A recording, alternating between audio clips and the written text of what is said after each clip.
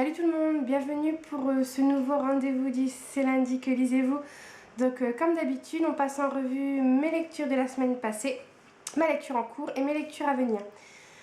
Puisque je pense que certains d'entre vous n'ont pas vu mon billet écrit de lundi dernier, je vais vous parler aussi rapidement de mes lectures d'il y a 15 jours. Alors, la dernière fois, je vous laissais avec Hate List de Jennifer Brown. Que j'ai vraiment beaucoup aimé, j'en ai fait un coup de cœur parce que c'est vraiment une très belle histoire, très touchante et aussi très tragique. Franchement, je m'attendais pas à ça, j'ai vraiment beaucoup aimé comment est découpé le livre en flashback, donc avant la fusillade, pendant la fusillade et après. Et enfin voilà, vraiment je vous conseille vivement ce livre parce que je pense qu'il faut vraiment qu'il soit lu de tous. Il est totalement d'actualité et franchement il nous bouleverse, il nous fait prendre conscience de beaucoup de choses et franchement c'est une très belle lecture qu'il faut que tout le monde lise. Voilà, ensuite je lisais aussi Blanche-Neige et autres contes des frères Grimm que j'ai terminé aussi, qui est un petit recueil vraiment très agréable. J'ai vraiment beaucoup aimé lire la version originale, oui, des contes que je connaissais étant petite de Walt Disney. Et vraiment j'ai beaucoup aimé. On a même des contes inédits, dont Le lièvre et le hérisson, Le petit pou et la puce, Les deux compagnons en tournée. Enfin, c'est vraiment des contes inédits que je ne connaissais pas. Le soleil m'abandonne. Et franchement, je vous le conseille, c'est vraiment sympa pour la culture générale et puis pour le plaisir. En plus, pour 1,50 €, on a 12 contes, je crois.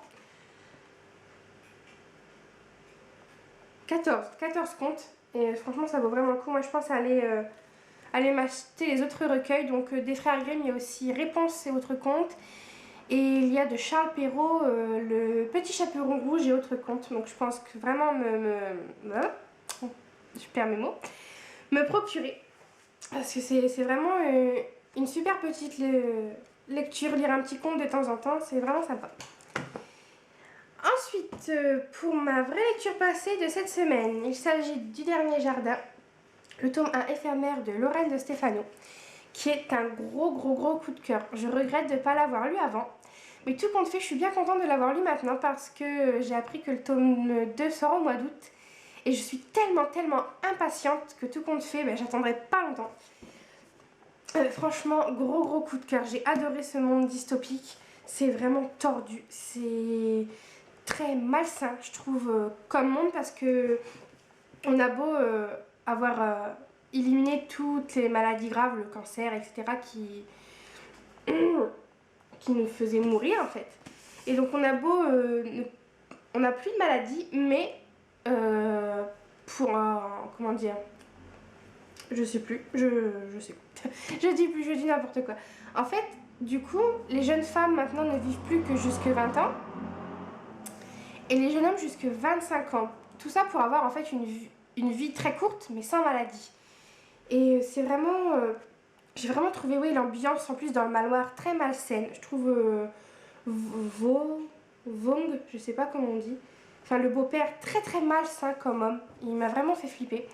Les pauvres filles, là, les trois sœurs épouses, je les plains. Franchement, je sais pas comment moi j'aurais réagi à leur place. C'est vraiment aussi très triste comme livre.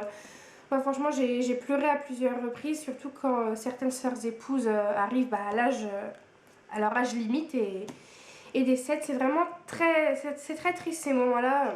En plus, on voit que c'est vraiment affreux. Elle meurt dans des atroces souffrances et non, franchement, ça m'a retourné. Mais c'est vraiment un gros coup de cœur. J'ai vraiment beaucoup aimé. Le personnage de Rin m'a beaucoup plu. Elle sait pas vraiment où se placer, se dire si elle doit être heureuse d'être là, de vivre dans le luxe pour la fin de sa vie ou s'il faut qu'elle s'échappe, qu'elle retrouve son frère et qu'elle vive la fin de sa vie en liberté. En fait, elle sait pas. Ce que j'ai trouvé un petit peu dommage, c'est que ce qu'on attend tout le long du livre arrive très vite. Enfin, très vite, non. Ça arrive à la fin, vraiment le dernier chapitre, les deux derniers chapitres. Mais c'est très court comme moment. Et on nous coupe en fait en plein élan. Et voilà, il faut attendre la suite. Donc c'est vraiment très sadique. Excusez-moi, le téléphone a sonné. Donc, je sais même plus ce que je vous disais. Enfin bref, je pense que vous avez compris, c'est vraiment un gros coup de cœur. Et je crois que je vous parlais de la fin qui est, oui, très rapide, très courte. Et c'est vrai que ça nous laisse vraiment sur notre fin. Moi, j'aurais préféré que ça commence un petit peu avant et qu'on nous en dise plus. Parce que là, c'est très vite expédié. Mais bon, c'est pas très grave. Franchement, ça n'a pas enlevé vraiment le fait que j'ai adoré ce livre, que je vous le conseille. Et j'ai vraiment hâte de lire le tome 2. Donc voilà pour mes lectures passées. Ma lecture en cours, c'est Samantha, bonne à rien faire. Désolée. De Sophie Kinsella. Et j'en suis presque à la moitié. Et j'aime beaucoup. Franchement, c'est super drôle. J'adore. C'est vraiment la lecture d'été parfaite. Je pensais pas aimer autant ce livre. Au début, je pensais me cantonner vraiment que à la croix du shopping. Et du coup, quand j'ai trouvé celui-là sur une brocante, je me suis dit pourquoi pas. Et je regrette vraiment pas d'avoir acheté ce livre.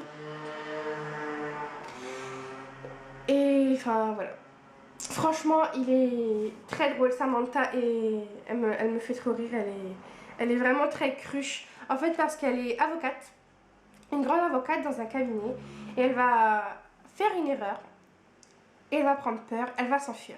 Elle va se retrouver à la campagne, et par un quiproquo, elle va se faire engager en tant que bonne à tout faire.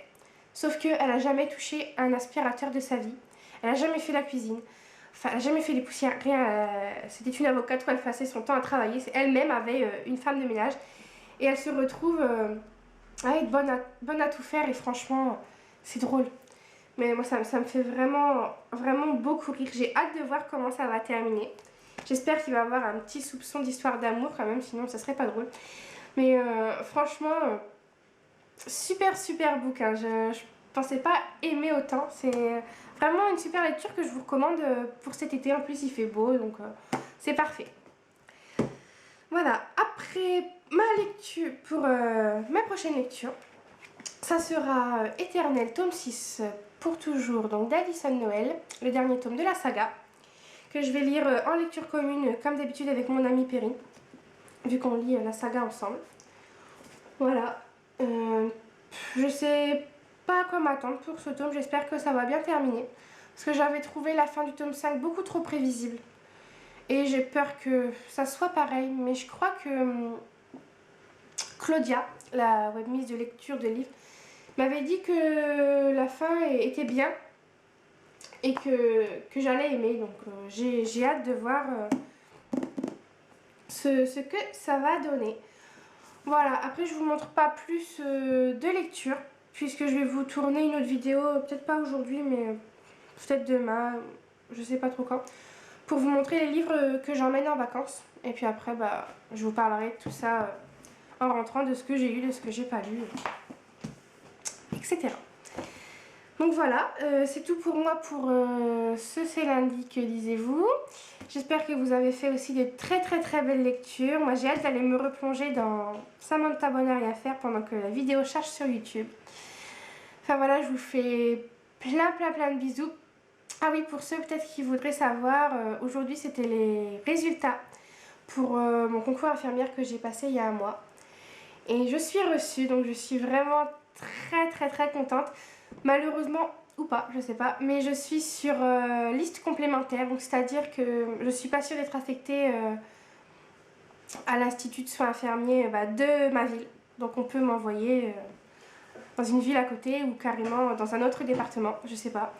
Je verrai bien, il faut que j'attende environ la mi-juillet pour savoir, donc je croise les doigts vraiment pour être prise dans l'école qu'il y a dans ma ville, ce serait beaucoup plus facile pour moi.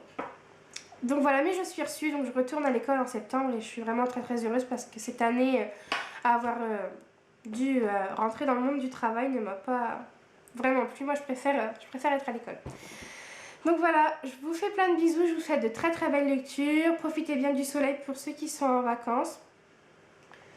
Et puis voilà, je vous fais plein de bisous encore une fois. Ça fait 3 fois que je vous le dis, là vous en aurez des bisous, c'est sûr. Et puis je vous dis à dans la semaine pour une vidéo sur les livres que j'emmène en vacances. Bye!